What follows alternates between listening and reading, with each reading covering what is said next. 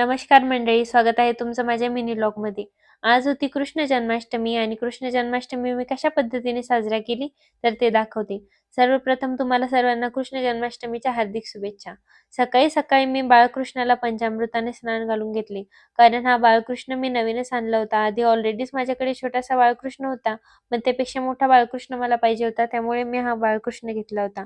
बाळकृष्णाला स्नान घालून रोजच्या प्रमाणे देवपूजाही करून घेतली.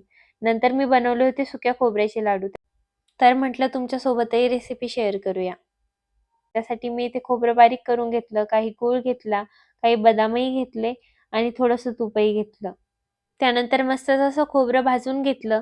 खोबरं भाजून झाल्याच्या नंतर ते एका पातेल्यामध्ये काढलं. बदामाचे बारीक तुकडे करून घेतले आणि तूपही पगळून घेतलं.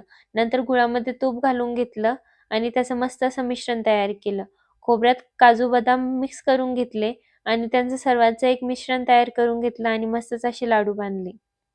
खूपच सोपी पद्धती लाडू बनवण्याची आहे. या पद्धतीने नक्कीच एकदा लाडू बनवून बघा.